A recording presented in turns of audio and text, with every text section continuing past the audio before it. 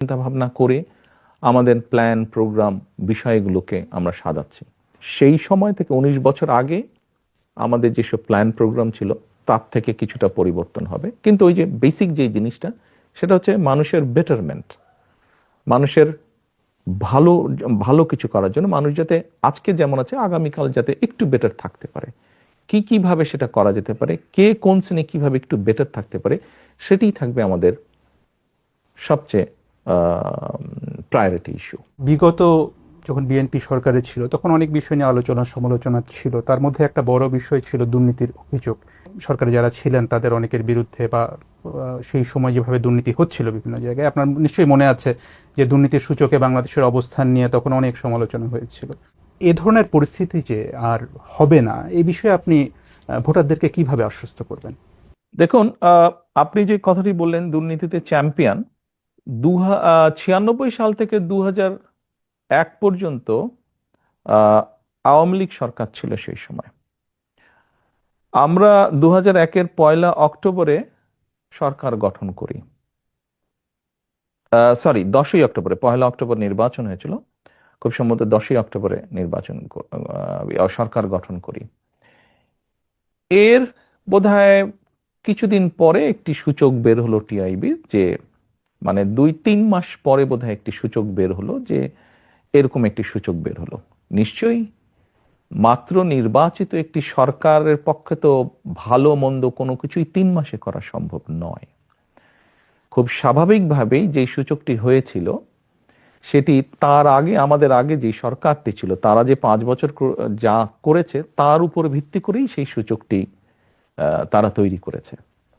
আপনি যদি 2001 থেকে 2006 অর্থাৎ বিএনপি সরকার গঠন করার পরে বিএনপি তত্ত্বাবধায়ক সরকারের কাছে যখন হ্যান্ডওভার করে দিল, আপনি যদি সেই সংস্থা টিআইবি নামক সেই সংস্থাটার রিপোর্টই যদি আপনি দেখেন, তাহলে দেখবেন পর্যায়ক্রমিকভাবে, কিন্তু এটি আমার কথা না, এটি তাদের পরিসংখ্যানের কথা, পর্যায়ক্রমিকভাবে কিন্তু নেমে এসেছে। হ্যাঁ, আমি অ্যাডমিট করছি পুরাপুরি হয়তো আমরা করতে পারিনি, বাস্তবতা তো বুঝতে হবে, এটি একটি সামাজিক ব্যাধিতে পরিণত হয়েছে। কাজেই এইটি মানুষকে বুঝিয়ে বুঝিয়ে বুঝিয়ে বুঝিয়ে আস্তে আস্তে করতে হবে, জিনিসটি সময় লাগবে। আমি এখন যত কথাই বলি না কেন, বাস্তবতা হচ্ছে এই বিষয়টি যেহেতু সময় লাগবে, আমাদেরকে কাজ দিয়ে প্রমাণ করতে হবে। সেজন্যই আমি ভোটারদেরকে এতটুকু বলতে পারবো, আমরা যদি সুযোগ পাই, জনগণ যদি আমাদেরকে সেই সুযোগ দেন, তাহলে আমাদের সর্বোচ্চ চেষ্টা থাকবে আমরা যাতে একটি এমন অবস্থা তৈরি করতে পারি যেখানে কিছুটা হলেও আমরা বহির্বিশ্বে, বিশ্বের অন্য দেশের সামনে কিছুটা হলেও যাতে সম্মানের সাথে মাথা উঁচু করে কথা বলতে পারি। এর সঙ্গে 5ই আগস্টের পরে যে বিএনপির অনেক নেতাকর্মীর বিরুদ্ধে এরই মধ্যে চাঁদাবাজি বা দখলের মতো নানা অভিযোগ এসেছে, আপনি জানেন, এবং আপনাদের দল থেকে অনেকে বহিষ্কার করা হয়েছে, এটা ঠিক। আবার একই সাথে এটা ঠিক যে এই অভিযোগগুলো কিন্তু বারবার আসছে, তো এটা থামানো যাচ্ছে না কেন? আপনার প্রতি সম্মান রেখে আপনার সাথে এগ্রিও যেমন করব, আবার এখানে অন্য একটি বিষয় আমি তুলে ধরতে চাইব। এর মধ্যে নিশ্চয়ই আপনারা বিভিন্ন সংবাদ মাধ্যমে দেখেছেন যে আমরা প্রায় 7,000-এর মতন আমাদের নেতাকর্মীর বিরুদ্ধে আমরা কিছু সাংগঠনিক ব্যবস্থা গ্রহণ করেছি। কিন্তু এই 7,000-এর সবাই কিন্তু আপনি যে অভিযোগ করলেন এই অভিযোগের সাথে জড়িত নয়। অন্য 7,000-এর মধ্যে এমন অনেক বিষয় আছে যারা অন্য সাংগঠনিক বিষয়ের সাথে জড়িত। এটি গেল একটি বিষয়। দ্বিতীয় বিষয়টি হচ্ছে, আমাদের কাছে এরকম যখন অনেক অভিযোগ এসেছে, আমরা অভিযোগগুলো তদন্ত করেছি। তদন্ত করার পরে আমরা বেশ কিছু বিষয় পেয়েছি। যেমন আমি 2-1টি উদাহরণ দিয়ে আপনাকে বলি। যেমন ধরেন, 2 ভাই, কোনো একটি এলাকায় 2 ভাই আছে, 2 ভাইয়ের মধ্যে পারিবারিক সম্পত্তি, সহায় সম্পত্তি নিয়ে একটি সমস্যা আছে। এক ভাই বিগত যে স্বৈরাচার, পলাতক স্বৈরাচার, তাদের কারোর সাথে এক ভাইয়ের খুব ভালো সম্পর্ক, তার ফলে সে সেই স্বৈরাচারের যে দোসর, যার সাথে এই এক ভাইয়ের সম্পর্ক, সে তার ইনফ্লুয়েন্সটি ব্যবহার করে অন্য ভাইয়ের সম্পত্তিও জোর করে দখল করে রেখেছে। এখন 5 তারিখের পরে যে ভাই স্বৈরাচারের দোসরকে ব্যবহার করেছিল সেই দোসরও তো পালিয়ে গিয়েছে। তো স্বাভাবিকভাবেই সেই ভাই এখন আর শেল্টার পাচ্ছে না। তো অন্য যার সম্পত্তি জোর করে রেখে দিয়েছিল অন্য ভাইটি, সেই অন্য ভাইটি স্বাভাবিকভাবে তার হক আদায় করতে গিয়েছে বা হক বুঝে নিতে গিয়েছে। এখন অ্যাক্সিডেন্টলি বা ইনসিডেন্টলি যে ভাই এতদিন ভাবে বঞ্চিত ছিল সম্পত্তি থেকে, সেই ভাই বিএনপি করে, বিএনপির কোনো একজন কর্মী বা স্ট্রং সমর্থক বা নেতা যেটাই হোক, চাপিয়ে দিল, অভিযোগ তুলে দিল অন্যজন যে বিএনপি দখল করতে গেছে, বিএনপির নেতাকর্মী দখল করতে। এরকম ঘটনা আমরা প্রচুর পেয়েছি। আবার আরেকটি আমি উদাহরণ দেই, যা সত্য, যা বাস্তব। স্বৈরাচারের সময় আমাদের সারা বাংলাদেশে আমাদের প্রায় 50 লক্ষের বেশি নেতাকর্মীর নামে বিভিন্ন রকম গায়েবী মিথ্যে মামলা দেওয়া হয়েছিল। আমাদের বহু নেতাকর্মী তাদের ঘর বাড়িতে থাকতে পারত না, তাদেরকে বিভিন্নভাবে পালিয়ে থাকতে হতো, বিভিন্নভাবে সরে থাকতে হতো।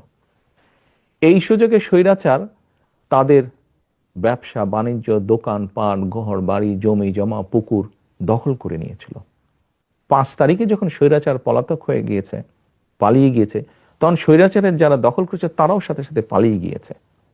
স্বাভাবিকভাবেই আমাদের নেতাকর্মীরা তাদের নিজেদের যেগুলি বৈধ সম্পত্তি, পৈতৃক সম্পত্তি, সেগুলো আবার ফিরে পেতে গিয়েছে। তখন আবার কিছু সংখ্যক লোক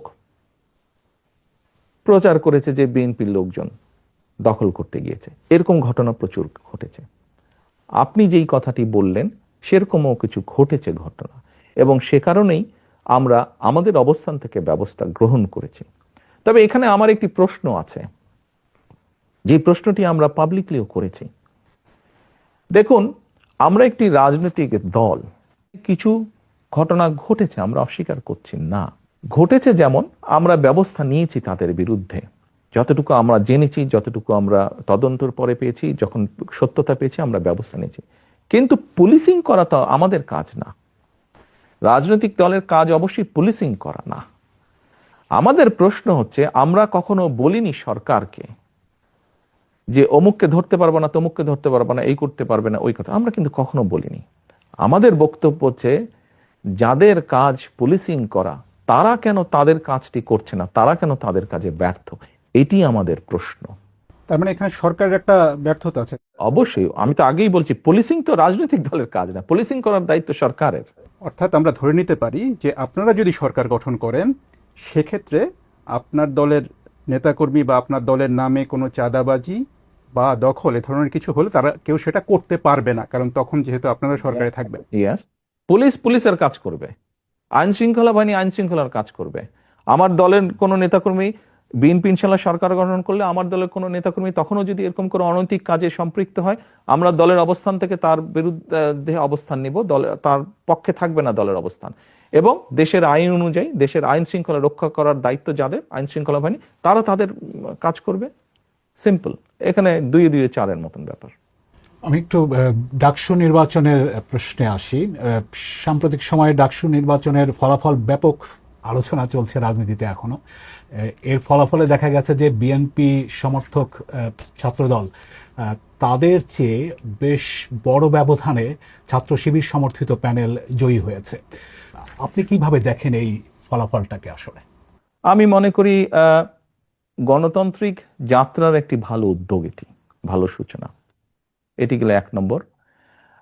দ্বিতীয় বিষয়টি হচ্ছে, যারা জয়ী হয়েছেন বা এরকম আরো ভবিষ্যতে যারা জয়ী হবেন তাদের প্রতি শুভেচ্ছা, এবং যারা ভবিষ্যতে জয়ী হবেন তাদের প্রতি অগ্রিম শুভেচ্ছা রইল। তৃতীয় বিষয়টি হচ্ছে, দেখুন, একটা অগ্রযাত্রা শুরু হলো, কিন্তু আমরা চাইছিলাম না যে কোনো বিতর্কের মধ্যে